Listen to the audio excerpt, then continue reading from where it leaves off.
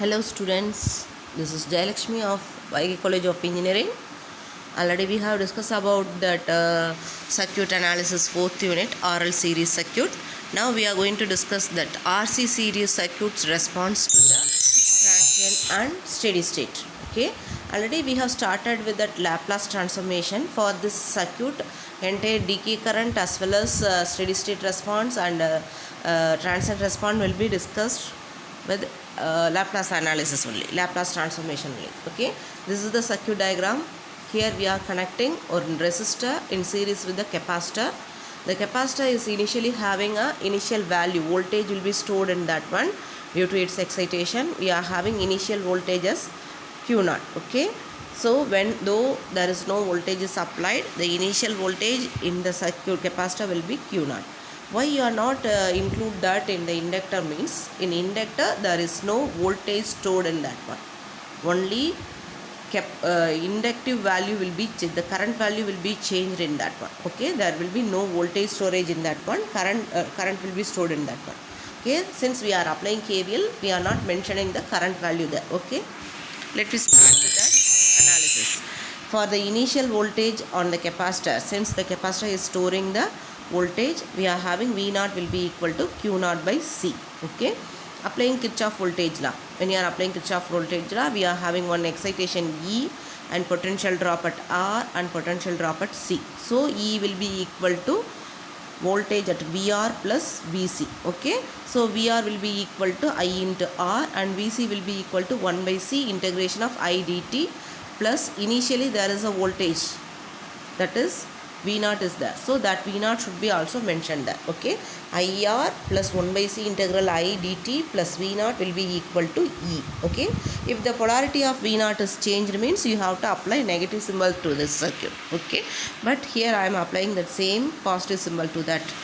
Okay, now we are going to interchange, that is separate that constant parts from the differential parts. IR plus 1 by C into I dt will be equal to E minus V0. Initially the V0 value will be 0, so you can take that one. IR plus 1 by C integral I dt will be equal to E. Since initial voltage will be 0, for our initial value theorem, by using initial value theorem, we are having V0 will be equal to 0. So our circuit is having IR plus 1 by C I dt equal to E. Taking Laplace on both sides, we are getting R into I of S plus 1 by C into I of S divided by 1 by S divided by S. Why you are putting S there? I by 1 by C is a constant term. For taking Laplace for a constant term, we are having 1 by S. Here also E by S. Okay, grouping that constant terms one side, that is R plus 1 by SC into I of S will be equal to E by S. Then your I of S can be given by E divided by S into R plus 1 by SC. I am rearranging this equation to get the inverse Laplace transformation as E by R into S plus 1 by RC. When I am taking the inverse Laplace transform to that one, Laplace per we can get it.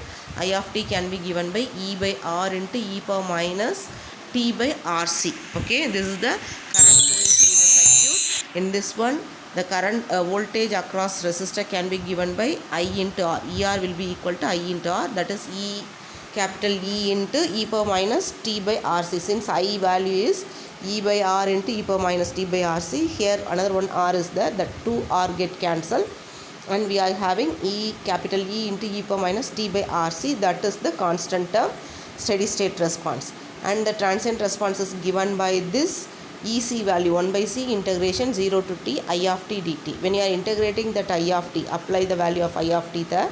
When you are integrating that one, we are getting E by CR into E power minus T by RC. When you are integrating E power minus T by RC, you are getting the term E power minus T by RC divided by 1 by RC. That 1 by RC and E by CR term get cancelled. You are getting that equation as minus E.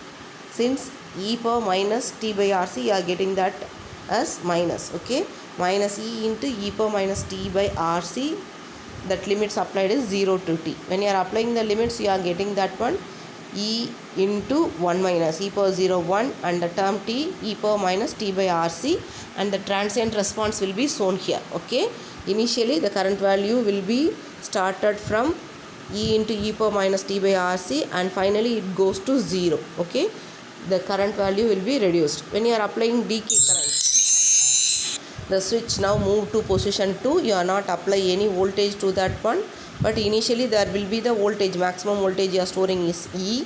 That voltage will be there, so you have to apply the KVL to this circuit. Okay, so now there is no current, so E will be 0, that is output will be 0, there is no excitation. So we are getting a potential drop at R, potential drop at C, and initial stored value is E. Okay, IR plus 1 by C into integral I dt plus E will be equal to 0.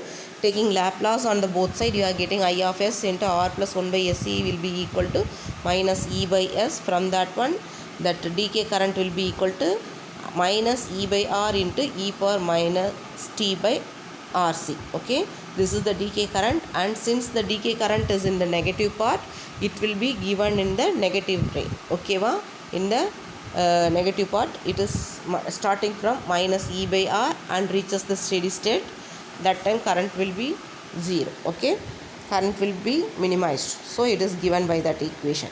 This is the response of your RC circuit. Okay, here we are considering the voltage and the current value will be 0. That is already we have discussed in the behavior of the capacitor and inductor in the introduction itself. Okay, that's all about our RC series circuit. We will discuss the RLC circuit in the next class.